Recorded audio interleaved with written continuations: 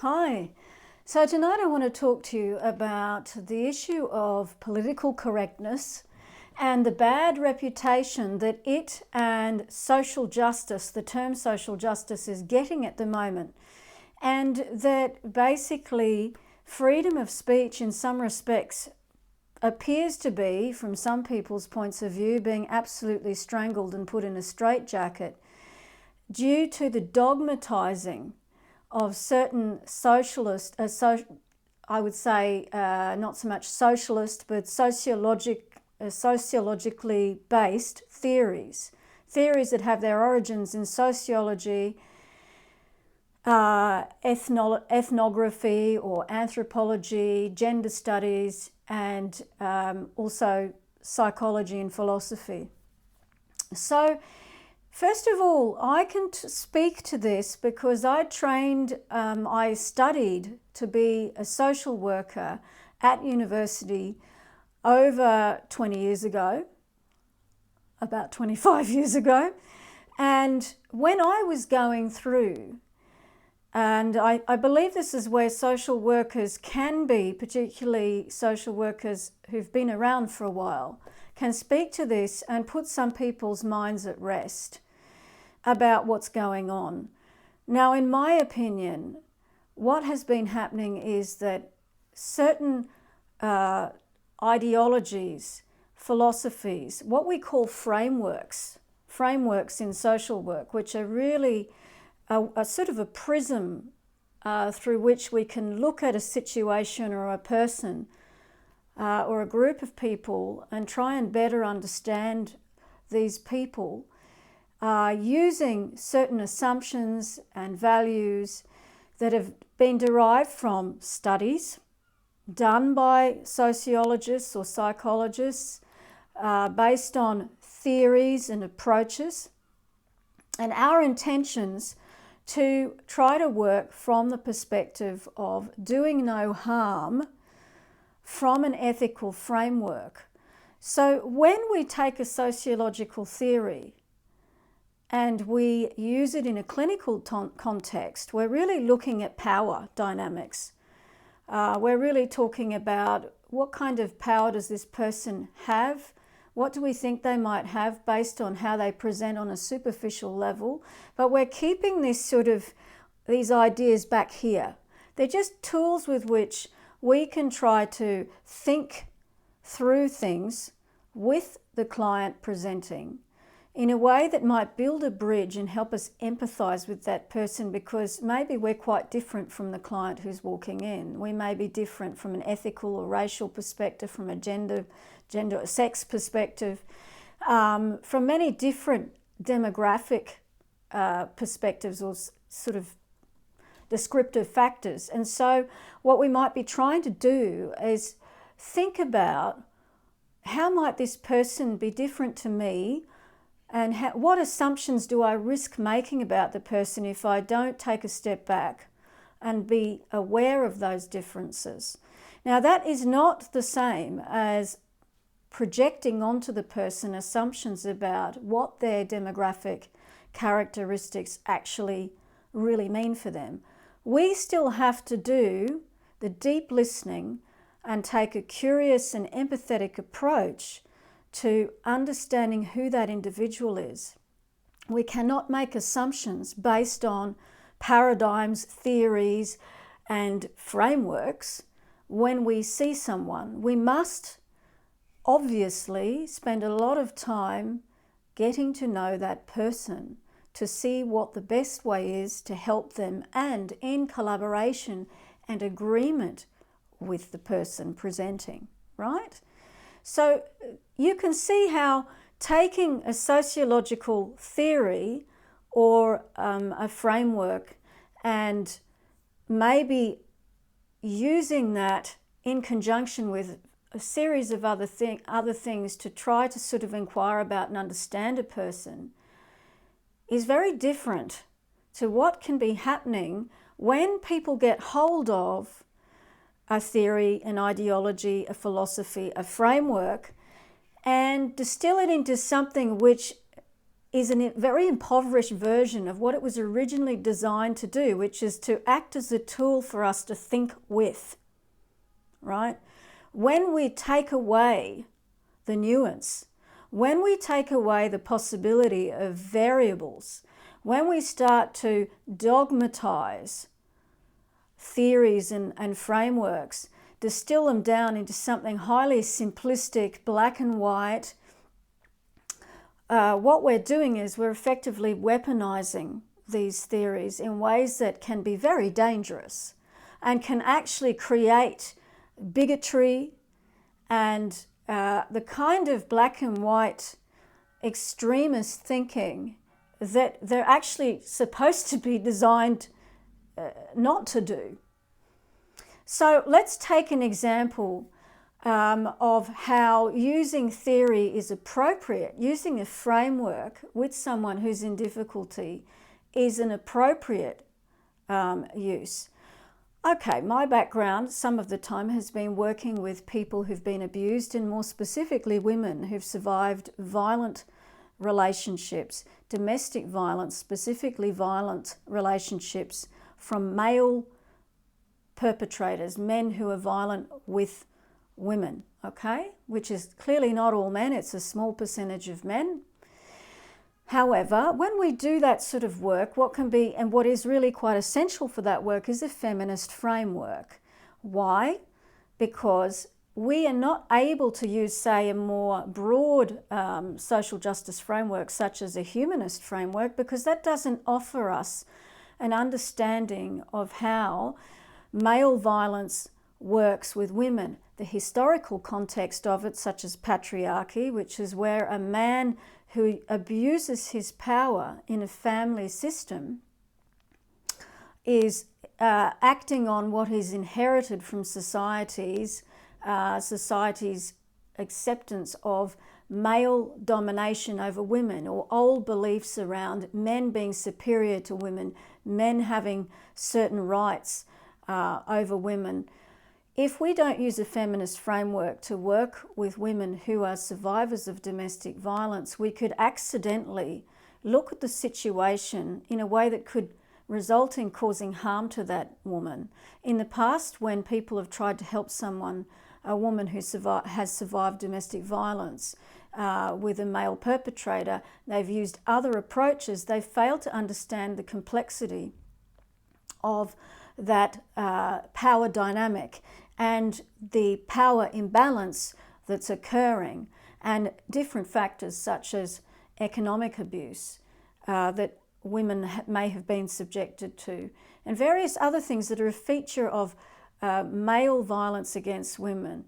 And so therefore having a specific feminist framework can be very helpful in helping us to understand and empathize appropriately with a woman who is a victim of domestic violence. And when that's not applied, we can end up with people coming in trying to help someone, but more from a conflict model, more from an idea about having, an equal sort of power dynamic, where we fail to understand the degree of fear, for example, a woman may be living with, the kind of terror that a woman may be living with. So that's an example in a very oversimplified way of how we might apply a feminist framework on an interpersonal level to trying to help someone. It's to build empathy and connection and to understand. Now, that doesn't mean we go straight in and start talking to our client about patriarchy and those sorts of things. It's just something we have in the back of our minds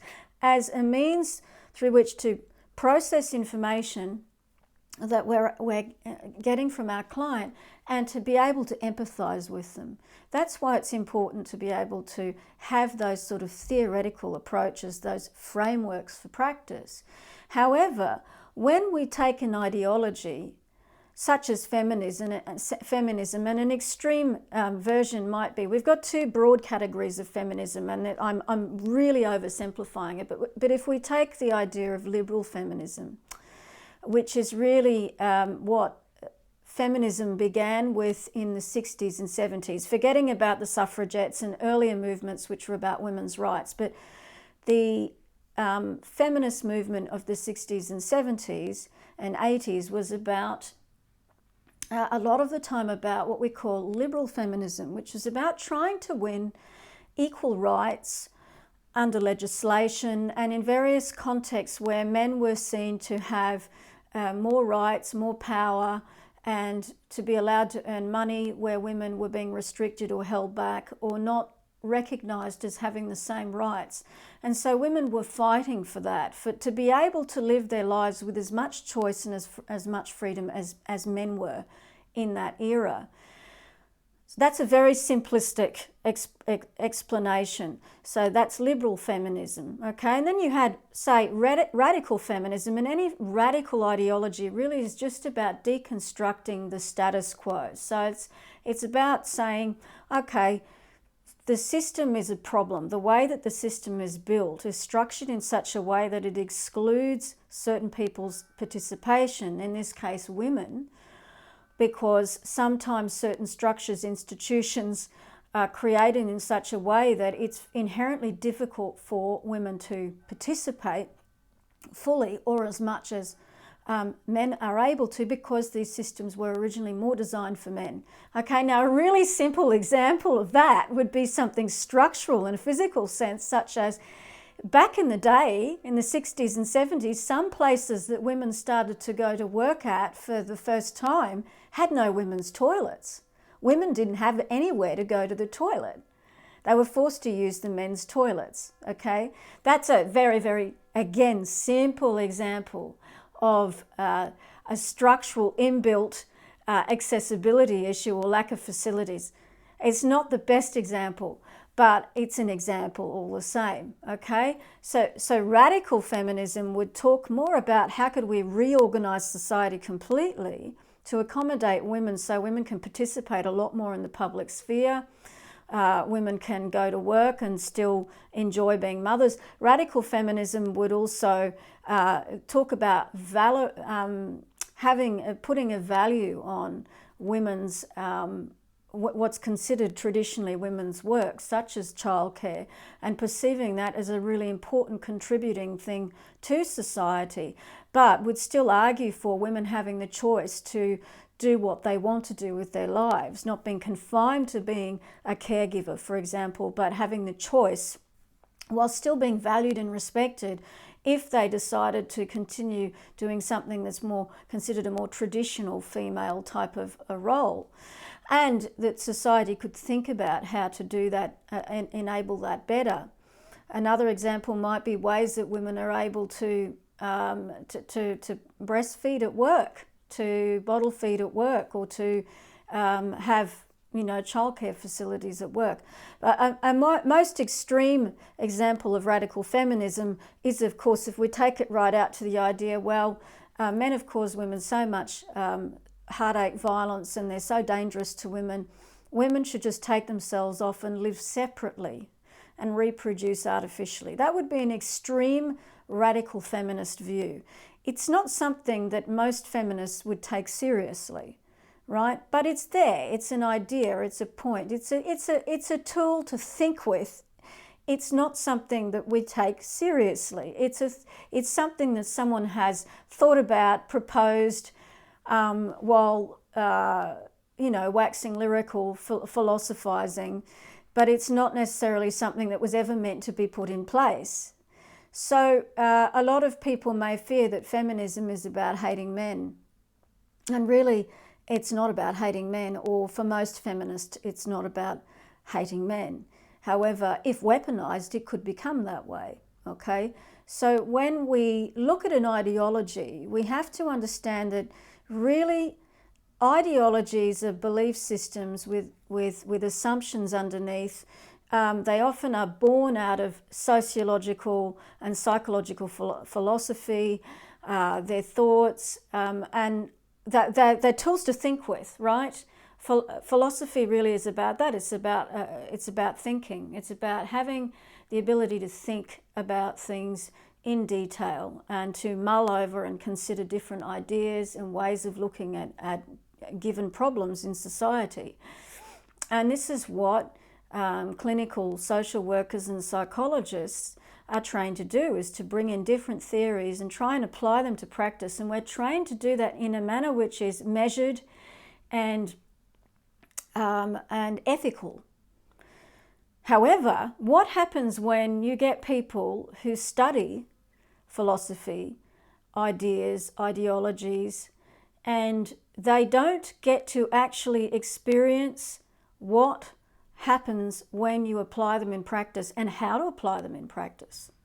Well, then you get people who perhaps move into activism spaces, but if they haven't been trained in activism from an ethical perspective or from a non-violent perspective, and they haven't been able to think about what this actually means in an interpersonal environment, what this actually means when we're looking at policy, when we're looking at broader macro change, then we can end up with something that looks overly essentialist, has been distilled down into a dogma and is getting weaponized. And that's dangerous. We can see examples of where that has happened. I'm sure many people are already thinking about what that was. Things like communist China. Now, communism, let's take communism as an example. Let's take Marxism. Let's take socialism. These are all isms, ideologies, which were originally developed to as tools to think with, to reorganize society economically, with the goal of trying to create fairer societies which were less extreme in their sort of dichotomies between rich and poor, right? These were ways to think about social and economic structures that could create more equality. But what happens is that when we see that play out in a political sphere, if it gets weaponized, dogmatized in the context of something which is autocratic, not democratic, we have a very dangerous situation on our hands, like we saw with Russia and China and other countries. And we've seen this in various other places around the globe. But to the contrary, for example, places like Kerala in South India, the state of Kerala, have had democratically elected communist governments, right? We've also, just where I live here, in a northern suburb of Paris, this suburb where I'm living was actually a democratically elected communist government for a long time. The local government, the local party that was in, was communist up until very recently, until the Socialist Party was introduced. Now, we don't have gulags here where I live. We're not at any danger of losing our freedoms anytime soon because of the local government. That's just not how it's run here. We don't have a problem with freedom of speech. We don't have to worry about our neighbours denouncing us to the authorities and being dragged off to be tortured. So it's really important that people make the distinction and understand the difference between, ideologies and philosophies that were developed either by great philosophers or developed in sociology departments, psychology departments, that were meant to be clinical thinking tools to be applied carefully in a nuanced way, in an ethically appropriate way, in a humane way, and the reduction of such ideas to something, to very, very overly simplistic essentialist dogmas and doctrines, and used in ways that shut down dialogue and that prevent us from having any form of debate, and that shut down dissent through a form of emotional manipulation and emotional blackmail. If you think or question something, you are automatically a bad person, or you're accused of some sort of ist, right? You're an ist of some kind, right? Or an ick. And so we have to be really careful about this, because I understand, look, I have been completely guilty myself as a younger person of being very passionate about social justice and being concerned that when someone says something in particular, they may mean this or may mean that. But in most cases, I was able to stop myself from extrapolating and making assumptions, and more to have a discussion, a calm discussion, where I asked the person more about what they meant, and I was able to get to understand their perspective and to also explain my perspective.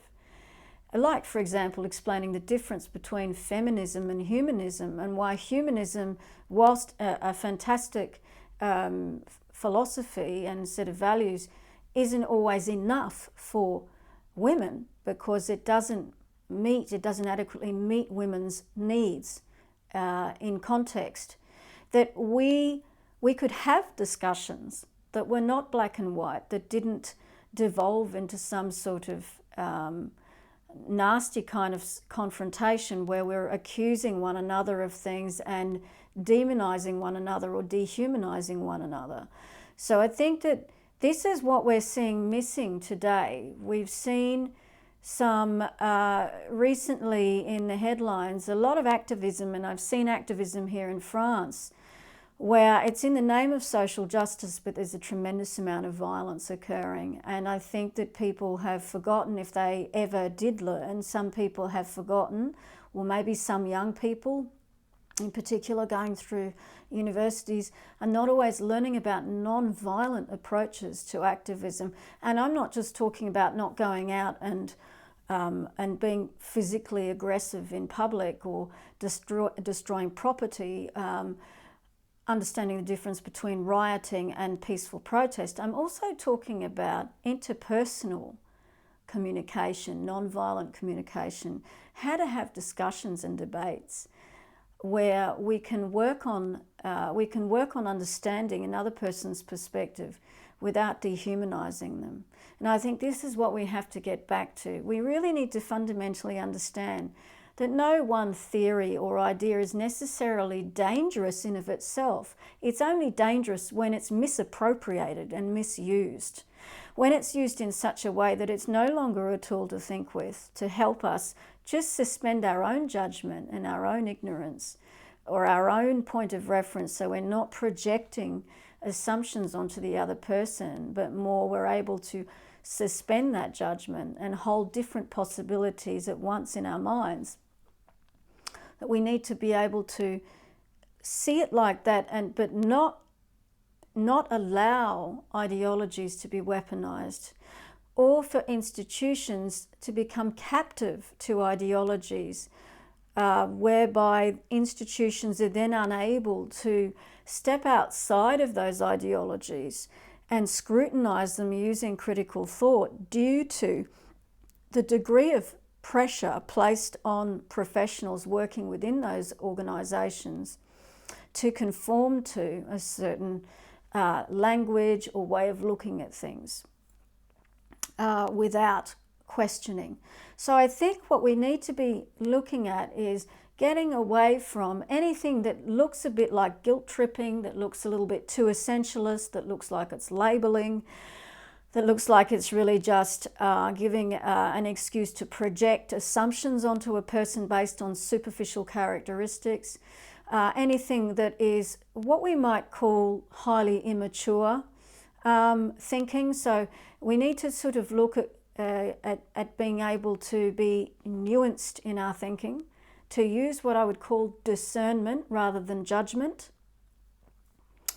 and to be able to, from there, have conversations that bring about meaningful understandings, and that free us up from really demeaning or vilifying labels. And something I'd like to sort of explain too is that I think there's a lot of there's a lot that needs to be understood around what immaturity is. When we have immature thoughts, what I mean by that is that immature thinking is very black and white. It lacks nuance. It tends to be it tends to be caught up in hyperbole, in catastrophizing, and in us and them sort of language. And we see this type of thinking in people who suffer with mood issues, in people who suffer with, say, depression or anxiety. They tend to struggle with extreme thinking, and this is why we have things like cognitive behavioural therapy, which helps people to develop insight into the kinds of thoughts they're having and whether those thoughts are helpful and useful, or whether they lead to more depressed states, more anxious states, and more states of mistrust towards others and towards themselves. So if you're listening to language which feels within an ideology or within someone talking about a matter they feel passionately about, that feels black and white, that feels polarizing, that feels rigid and catastrophizing, and in some way kind of very blaming, or where there's a sense of if I have an opposing opinion, if there's some dissent or there's some questioning of this idea, then I risk being referred to as a bad person, as being oppressive in some way. We need to be looking at that very carefully, and about how perhaps we've come under the control of a dogmatized ideological framework. Not a framework which we're trained in to use as a tool to think with, but an essentialist framework which blinds us to looking at various issues or problems that may be coming up as a result of us being unable to see variations that don't fit within that framework, right?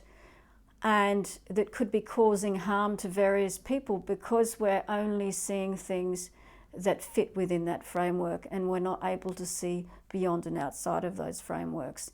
And that's leading us to a type of stereotyping, or a type of circular logic, which is not linear and cause and effect based. It's not logical. It's more about, it's more based on something that feels histrionic, that feels emotionally laden and like a minefield to try to discuss. So I'm not going into any specifics on any particular ideological framework or any particular movement. I just want us to give thought to that and to understand the difference between what the original meaning of political correctness was about, which for me, political correctness, when I was going through university years ago, was really just about understanding the power of words and the loaded power that some words can have, and the way that we choose words, either that can be helpful or can be hurtful. However, when we start to weaponize words in ways that really villainize people or inhibit basic freedom of speech, and when we start to label dissent as hateful, the moment someone dissents or questions, we start to call that person hateful, we accuse them of vilifying, then we ourselves are becoming the vilifier, right? Hate speech is really about lumping any group of people together in a manner which causes them extraordinary marginalization and in some way disadvantage, in a way that can cause long-term harm or intergenerational harm. That's really what hate speech is. It's when we are saying things that incite hatred, that could lead to dangerous policies which cause exclusion, marginalization, and serious harm. We need to be very careful about labeling anything which is just an expression of dissent or a desire to discuss and deconstruct. We need to avoid using hyperbole and using labels such as hate speech for those sorts of situations where it's not about harm being caused, It's just about dissent and people trying to have a conversation and understand one another.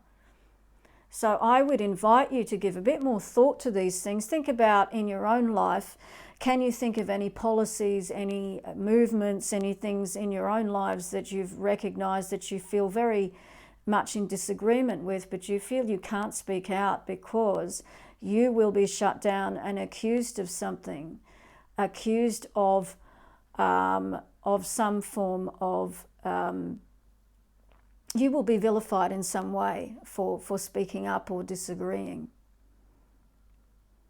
I will leave you with that, and let's hope that we can encourage more open, free discussion in the future where there is dissent, where we are allowed to discuss complex issues that involve identity politics and various other things without feeling we've got to censor ourselves for fear of consequences of being cancelled, for fear of being fired, for challenging the status quo. Good luck in using and exercising your right to freedom of speech.